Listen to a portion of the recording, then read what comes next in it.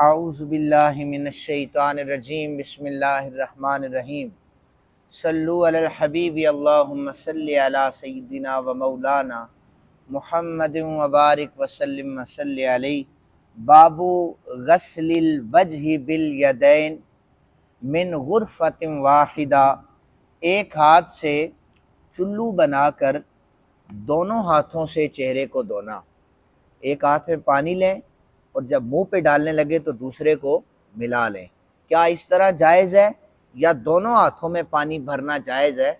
इस हवाले से हदीस मुबारक है। याद रखें कि नबी अकरम सल्लल्लाहु अलैहि वसल्लम आप शारे इस्लाम हैं। ये कितना नॉर्मल सा तरीका है, ये भी हुजूर ने सिखाया है। हर तरीका सैयद आलम सल्लल्लाहु अलैहि वसल्लम ने सिखाया है। उस हवाले से ये जो गुरफ़ा का मतलब है कि चुल्लू भरना, कुरान पाक में भी गुरफ़तम बियदी का लफ्ज़ है कि मगर जो अपने एक हाथ से चुल्लू भरने को, ऐसे पानी एक हाथ में लेने को गुरफ़ा का कहते हैं। और अब हदीस मुबारक समात फरमाइए। हदीस पाक के 6 रावी हैं और हज़रत इब्ने अब्बास रदी अल्लाह ताला अन्हुमा, उन्होंने वज़ू किया और एक इसी तरह अपने चेहरे को धोया, फिर चुल्लू पानी लिया, उससे कुल्ली की, नाक में पानी डाला, जितने भी आज़ा थे उन्होंने तरतीब से धोए। और उसके बाद फिर आपने जब चेहरा धोया इस तरह एक हाथ से, फिर अपना दायां बाजू धोया, फिर बायां बाजू धोया।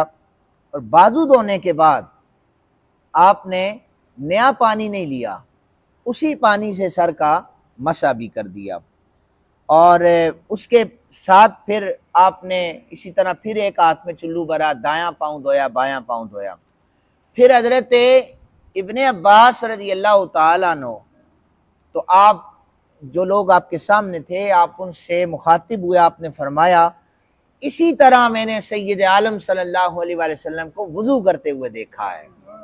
ये हुजूर के वज़ू का मुबारक तरीका था। अब यहाँ पर अश्काल पैदा होते हैं अहादीस में कि पहला तो ये है कि क्या एक हाथ में पानी लेकर दूसरे हाथ को मिलाना या दोनों हाथों में पानी लेना कैसे दुरुस्त है? तो दोनों तरीके से दुरुस्त है। आपके चेहरे जो है, एक कान की लो से दूसरी कान की लो तक और पेशानी से लेके थोड़ी तक, ये हिस्सा जो है वो 3 दफ़ा ये गीला हो जाए, चूँकि ये फ़राइज़ में आता है। तो अगर कोई एक हाथ से पानी लेता है तो ये हदीस से पाक से साबित है, इसलिए ये जायज़ हो जाएगा। अश्काल ये है कि चूँकि मसा करने के लिए पानी अलग से लिया जाता है, पानी अलग से लिया जाता है। और हज़रत अब्बास रज़ी अल्लाह ताला अन्हु की जो बुखारी शरीफ के हदीस मुबारक है, उसमें अलग से पानी लेने का जिक्र ही नहीं है। अब मुहद्दिसीन किराम ने इस अश्काल का ये जवाब दिया है कि बाज़ अहादीस दूसरी अहादीस की तशरीह व तफसीर बयान कर रही होती हैं। इमाम बुखारी जिस हदीस पाक को लेके आए हैं उसमें यह है कि बाजू धोने के बाद फ़ौरन से सर का मसा किया, यानी हाथों पर इतना पानी की तरी लगी हुई थी कि आपने मसा कर लिया। लेकिन सुनन नबी दाऊद शरीफ के हदीस मुबारक बिल्कुल इसी तरह है कि जब हज़रत अब्बास रज़ी अल्लाह ताला अन्हु आपने अपने बाजू धो लिए तो फिर अलग से पानी लिया और उससे अपने सर का मसा किया। ये सुनन दाऊद शरीफ और सुनन तिरमिज़ी शरीफ में यह हदीस पाक मौजूद है। अब यहाँ पर एक और चीज़ जो है वो कि कान का मसा और इसी तरह कानों में उंगलियां या हाथों का, तो फिर इमाम निसाई सुनन निसाई शरीफ में भी हज़रत इब्ने अब्बास ही इस हदीस पाक के रावी हैं, कहते हैं कि जब उन्होंने अलग से पानी लिया, मसा सर का भी किया, कानों का भी मसा किया। तो मैंने क्या अर्ज किया है कि एक हदीस पाक दूसरी हदीस पाक की तशरीह बयान कर रही होती है, तफसीर बयान कर रही होती है। अक्सर लोग, अब अगर कोई कहता है कि मैंने तो बुखारी शरीफ में मसला पढ़ा है, तो अब यह मसला जब पढ़ेगा तो कहेगा तो इमाम साहब ने तो तरीका गलत बयान किया, हज़रत इब्ने अब्बास ने तो ये तरीका ये लिखा है। तो याद रखें, अहादीस का इल्म ये कोई आसान काम नहीं है, ये इंतहाई मुश्किल काम है। और इसके लिए वक्त भी लगाना पड़ता है और बाकायदा तौर पर आपको मुहद्दिसीन की ज़रूरत पड़ती है, शारिहीन की ज़रूरत पड़ती है जो हदीस पाक आपको सही तरीके से बता सकें। मैं वैसे भी अक्सर और बेशतर मिसाल आपको देता रहता हूँ कि सिर्फ और सिर्फ कोई शख्स ये कहे ना मैंने वही मानना है जो बुखारी में लिखा है, तो वो बंदा खुद फंस जाता है, वो बंदा खुद फंस जाता है बुखारी शरीफ में। और एक और चीज़ मैं आज आप लोगों को क्लियर करता चलूँ, चूँकि इमाम बुखारी हनफी नहीं है, आप शाफी मज़हब से ताल्लुक़ रखते हैं, तो बुखारी शरीफ में आगे जो अहादीस आएंगी वो इख्तिलाफी भी होंगी और बयान करना हमारी मजबूरी है, छोड़ नहीं सकते। मिसाल के तौर पर इमाम बुखारी रफ़ यदैन करते थे, हम नहीं करते, अनाफ नहीं करते।